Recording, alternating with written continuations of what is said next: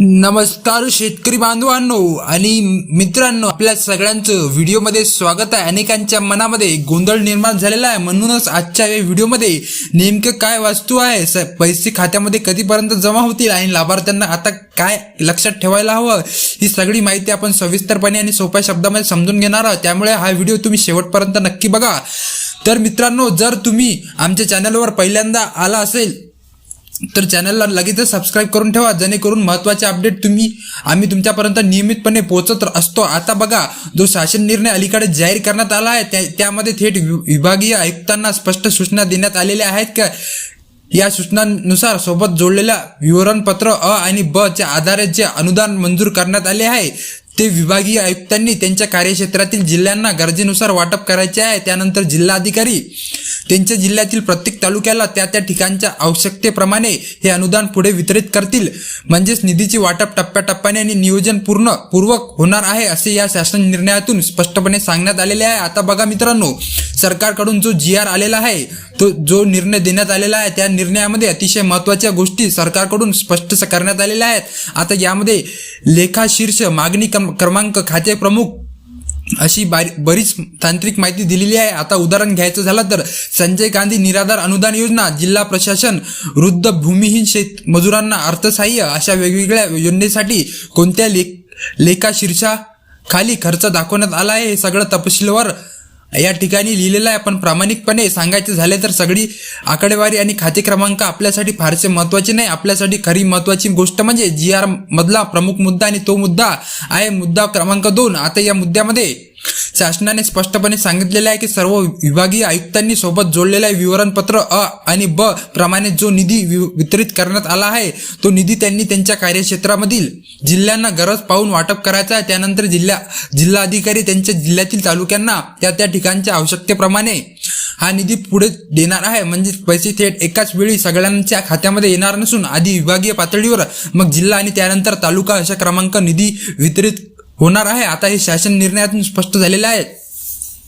आता इथे सगळ्यात महत्त्वाची गोष्ट नीट समजून घ्या मित्रांनो, जरी हा GR प्रमाणे संजय गांधी निराधार अनुदान योजनेचा उल्लेख करण्यात आलेला असला तरी अनेक जणांना असं वाटतं की हा निर्णय थेट लाभार्थ्यांच्या खात्याबद्दल आहे, पण वास्तव थोडंसं वेगळं आहे। हा GR मध्ये जिल्हाधिकाऱ्यांना तालुक्यांना अनुदान वाटप करण्याचे या सूचना दिलेल्या आहेत। त्या सूचनांना संबंध थेट लाभार्थ्यांच्या खात्यामध्ये जाणाऱ्या रकमेशी नाही। हा शासन निर्णय 16 जानेवारी रोजी जारी करण्यात आला आहे आणि निर्णयाप्रमाणे जो निधी मंजूर करण्यात आलेला आहे तसेच अनुदान वाटपा संदर्भात ज्या सूचना दिलेल्या आहेत त्या संजय गांधी निराधार अनुदान योजनेवर प्रत्यक्ष काम करणाऱ्या कर्मचाऱ्यांच्या अनुदानाशी संबंधित आहे। म्हणजेच हा GR योजना चालवणाऱ्या यंत्रणेसाठी आहे, लाभार्थ्यांच्या मासिक हप्त्यांसाठी नाही।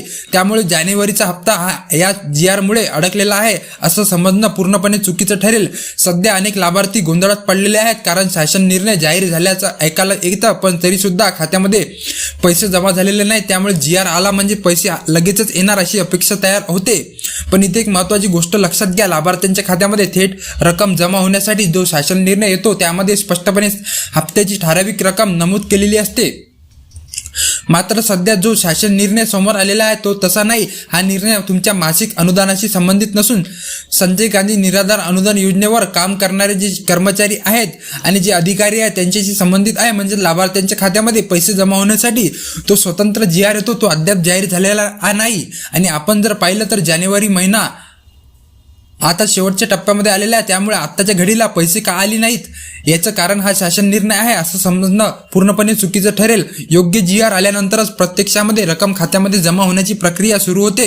आता परिस्थिती अशी आहे मित्रांनो की जानेवारीचे अवघे काही दिवसच उरलेले आहेत, त्यामुळे आणखी 10 दिवस वाट पाहावी लागणार आहे का, असा प्रश्न अनेकांच्या मनामध्ये पुन्हा उभा राहतो। कारण 20 तारखेनंतर सुद्धा जानेवारी महिन्याचा हप्ता अजून लाभार्थ्यांच्या खात्यामध्ये जमा झालेला नाही। त्यात भर म्हणजे आतापर्यंत लाभार्थ्यांच्या हप्त्यासाठी आवश्यक असा शासन निर्णय सरकारकडून जारी करण्यात आलेला नाही। आणि एक गोष्ट लक्षात ठेवा, शासन निर्णय येणे अत्यंत गरजेचे आहे। तो निर्णय आल्यानंतरच पुढची प्रक्रिया सुरू होते। थोडा उशीर झाला, 1-2 दिवस किंवा 4 दिवस जास्त लागले तरी सुद्धा चालेल, कारण आपण इथे इतके दिवस वाट पाहिलेली आहे। तर 2-4 दिवसाची गोष्ट ही फार शुल्क गोष्ट आहे, पण शासन निर्णय जारी झाल्याशिवाय थेट लाभार्थ्यांच्या खात्यामध्ये पैसे जमा होऊ नयेत हीच प्रत्यक्षात योग्य आणि नियमाप्रमाणे प्रक्रिया आहे, ज्यामुळे आता तुम्ही संयम ठेवणे गरजेचं आहे. योग्य GR आला की हप्ता 100% तुमच्या खात्यामध्ये जमा होईल. आता तुम्हाला कदाचित असं वाटलं असेल शासन निर्णय आला की लगेचच पोर्टलवर मेसेज येईल, मग तिथून पुढे पैसे वाटप होतील. आणि काही जणांना तर असं सुद्धा वाटते की शासन निर्णय आला नाही तर चालेल, थेट पैसे आले तर बरं. पण खरं सांगायचं झालं तर ही गोष्ट तुमच्यासाठी धोकादायक ठरू शकते. तर मित्रांनो, म्हणूनच संजय गांधी निराधार अनुदान योजनेच्या अनेक लाभार्थ्यांच्या गेल्या एक दोन नाही तर तब्बल 2 ते 3 महिन्यांपासून नियमितपणे हप्ते मिळत नाही, ही खरी वस्तुस्थिती आहे. पैसे वेळेवर खात्यामध्ये जमा होत नसल्यामुळे स्वाभाविक सगळ्यांची चिंता वाढते.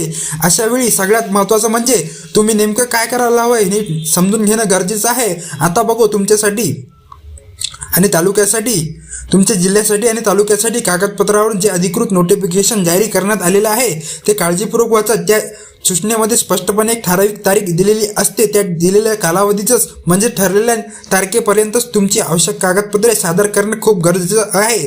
जर तुमचे हप्ते येत नसतील किंवा वेळेवर जमा होत नसतील तर ही कागदपत्रे देणं टाळू नका. व्हिडिओ तर मित्रांनो, इथे तुम्ही लक्षात घेणं गरजेचं आहे. मित्रांनो, संजय गांधी निराधार अनुदान योजनेचा लाभ घेण्यासाठी लाभार्थ्यांसाठी आवश्यक कागदपत्रे वेळेत जमा करणे अत्यंत आवश्यक आहे. वेळेत कागदपत्रे दिली तरच पुढची अनुदान मिळण्याची प्रक्रिया सुरळीतपणे पार पडू शकते.